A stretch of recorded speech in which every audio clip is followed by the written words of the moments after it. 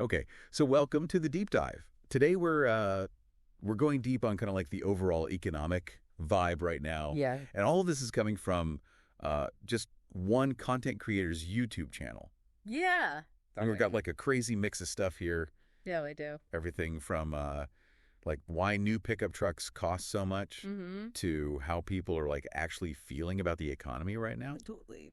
and even some pretty solid advice for like managing your own money, like your actual personal finances. Absolutely. And the cool thing is we're looking at all this through the lens of just one person's channel. Yeah. So we're talking everything from, the sticker shock of car prices to how inflation is playing out, politically, right? Down to the practical stuff like budgeting, saving, even fixing your own car. So like a full spectrum. Right. Yeah. It's a lot. Yeah. So our goal today is to kind of take all these different viewpoints. It's almost like, a real-time snapshot of what people are saying. Yeah. And pull out the biggest trends and kind of the personal stories. Yes. Our mission is to give you like a cheat sheet to understanding like the core economic conversations that are happening right now. Exactly. Okay, so let's jump into this. And maybe a good place to start is, the cost of things. Yeah. Because, everyone's got to buy stuff. For sure. And some things are just like shockingly expensive these days. Absolutely. And, one of the first things that jumps out from this channel is this conversation about how much it costs to buy a new pickup truck. Yeah. Like the figure of $59,000 for a new truck is pretty crazy. Right. It's a lot of money. Yeah. And it makes you wonder, like, who can even afford these things? Right. Obviously, like a lot of factors are contributing to these high prices. Oh, yeah. Supply chain issues, chip shortages. Yeah. Probably some corporate greed in there, too. Probably. But it really makes you think, like, who is the target market for these vehicles, Totally. Like, can the average person working at the factory that makes these trucks actually afford to buy one? Right. Exactly. And the creator actually asks that, like, can the people building these vehicles afford to drive them home? It's a great question. Yeah. But then right after that, we get this totally different perspective on the affordability issue. Oh, yeah. So the creator shares a story about someone who completely eliminated their debt. Really? Wow. Yeah. Through budgeting and careful planning. Interesting. So it's like, on the one hand, we have this picture of things being crazy expensive. Right. But then on the other hand, we have proof that it's still possible to, take control of your finances. Yeah, like you're not just stuck. Yeah. Right. Exactly. So we've got this tension between like these big, almost uncontrollable forces driving up costs and then the ability to actually, manage your money and make smart choices. Absolutely. Yeah. It's a good reminder that we have more agency than we sometimes think. Yeah, for sure. Okay, so let's talk about the economy as a whole. Okay. Because that obviously plays a huge role in all of this. Totally. And one of the interesting things from these videos is just how differently people are perceiving the economy right now. Okay.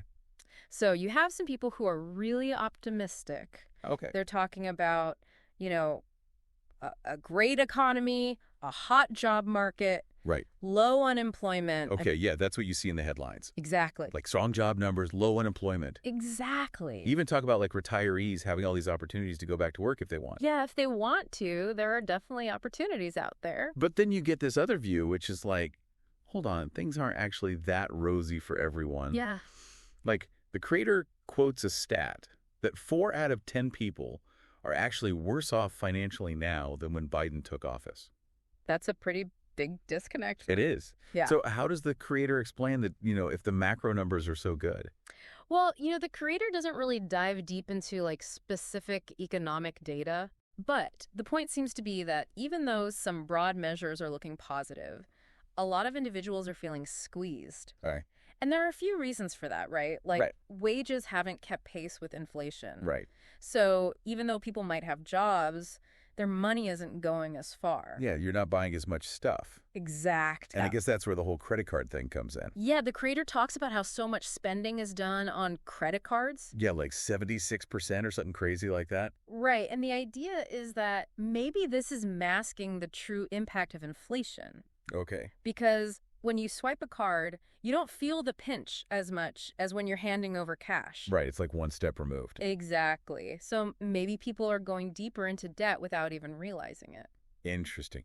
Okay, so now we got to talk about the political side of all this. Oh, yeah, the politics. Because you can't talk about the economy without getting into politics. Nope, not these days. So the creator brings up this idea that if you dare to say anything negative about the economy right now, Yeah. you're automatically labeled as an ultra mega Republican. Right. Like you must be some kind of right-wing extremist. Yeah, and the creator specifically mentions like CNN and NBC as examples of outlets that are pushing a more positive economic narrative. Right. So it's like there's this whole perception battle going on. Totally. And of course, it gets even more political when we look at specific events. Like the CNN town hall with Trump. Yeah, the creator calls that a total win for Biden. Interesting. Especially because of how Trump talked about wanting to end the war in Ukraine. Right. Like that was portrayed as a bad thing. Mm-hmm. And then you get this line that, Biden should be allowed to finish the job. Yeah. And claims that the economy is great, inflation's gone, and COVID's gone. Wow. That's a pretty optimistic take. It is, and it definitely reflects a certain perspective. It does. But then the creator throws in this almost sarcastic comparison of Biden and Trump. Okay. Like summing up Biden as being good at run-on sentences and not having mean tweets. And then Trump is 100 years old and can hardly talk. Oh, wow. So not exactly a deep dive into policy positions. Not really. More like a quick jab at their personalities. It sounds like it, but, it's definitely entertaining. It is. But okay, let's shift gears now and talk about something a little more practical. Like how to actually manage your money. Yeah, that's where the rubber meets the road, right? Exactly. So the creator gets into some really good advice here. Yeah, like what kind of stuff? Well, for one thing, they really recommend using budgeting apps. Budgeting apps. Interesting. Yeah, like every dollar is one they specifically mention. Okay. And they talk about how much better these apps are compared to the old school, pen and paper method. Well, I guess technology can make things easier. For sure. You can track everything so much more easily. Yeah. See where your money's going, set goals, all that stuff. Right. And I think those apps also use behavioral psychology or something. Oh, really? Yeah, to nudge you in the right direction. To make you more aware of your spending habits. Yeah. And to help you actually stick to your budget. Cool.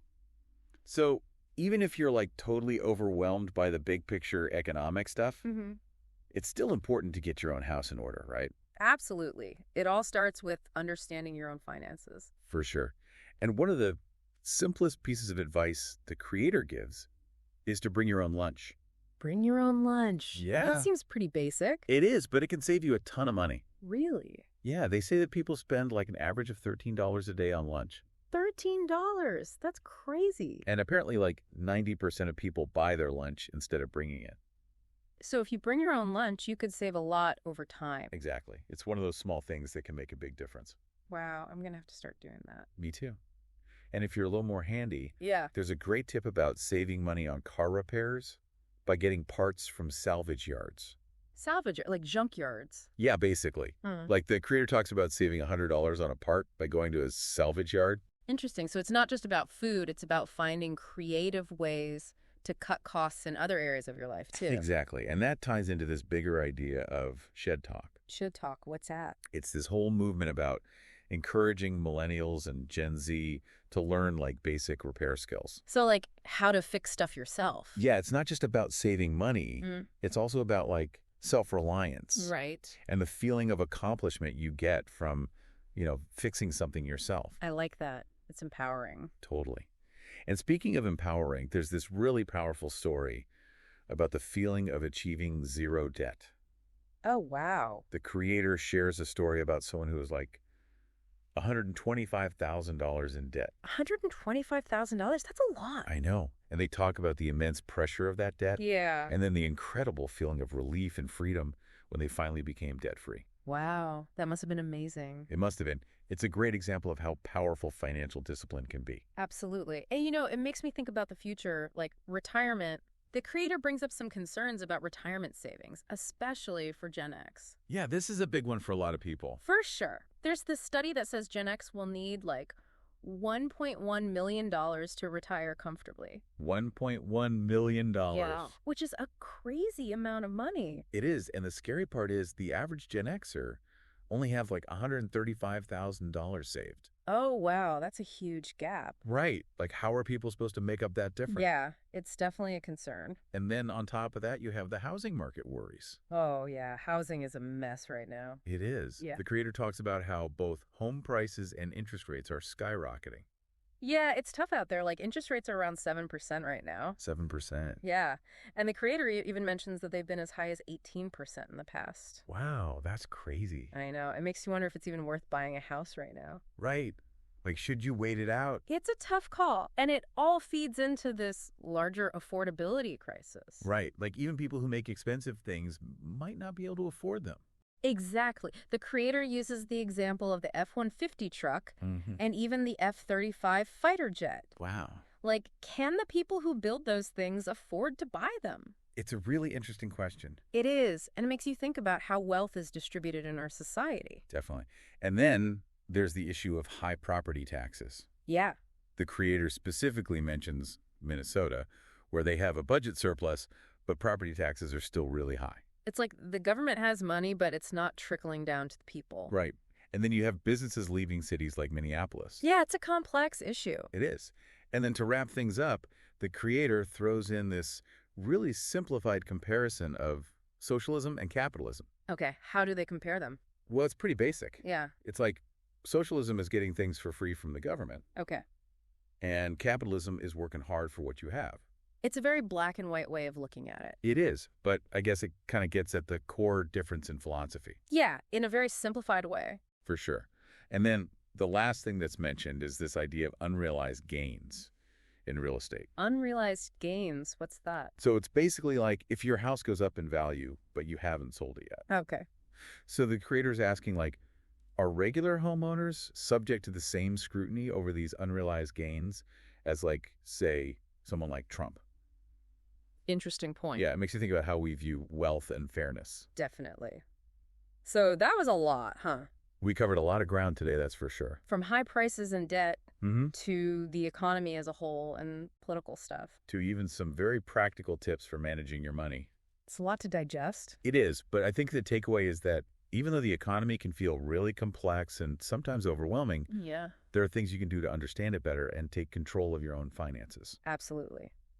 So to all you listeners out there, what are your thoughts? Yeah, how do you feel about all this? What resonated with you the most? And what steps are you going to take to, like, navigate these crazy economic times? Yeah, we'd love to hear your thoughts. Thanks for listening. And we'll see you on the next deep dive.